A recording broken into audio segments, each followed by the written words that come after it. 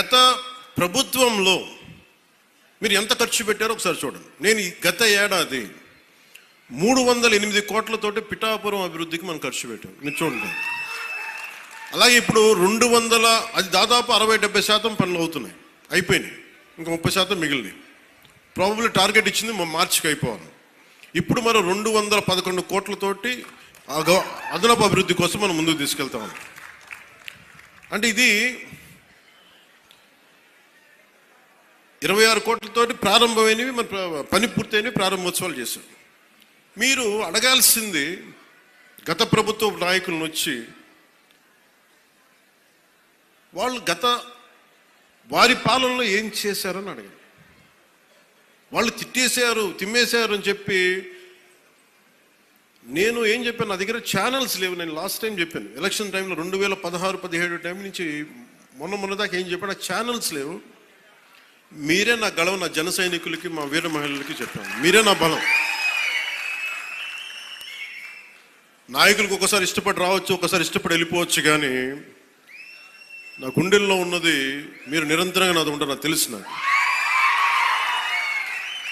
ఇది మీరు బయట నుంచి వచ్చి దేనికి పడినా సరే, ఒక స్కూల్లో 2 చిన్నపిల్లలు కొట్టుకున్నా దాన్ని మీరు గొడవ చేసేద్దాం అనుకుంటే నేను ఏం చెప్పను దానికి. మీరు అక్కడ పులివెందులు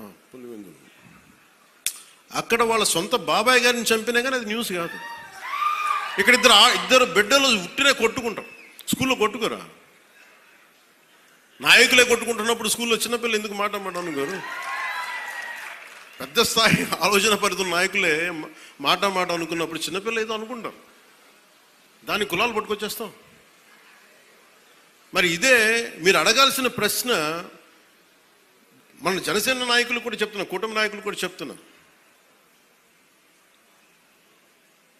పనిచేసే నాయకులు మీరు వెన్నంటి ఉండకపోతే, ఎలక్షన్లు అయిపోయింది మా పని అయిపోయింది అంటే, నేను నిజంగా అలా అనుకుని ఉంటే ఈ రోజున మీకు ఉప్పాడ ప్రొటెక్షన్ వాళ్ళు ముందుకు వెళ్ళదు చెప్తాను.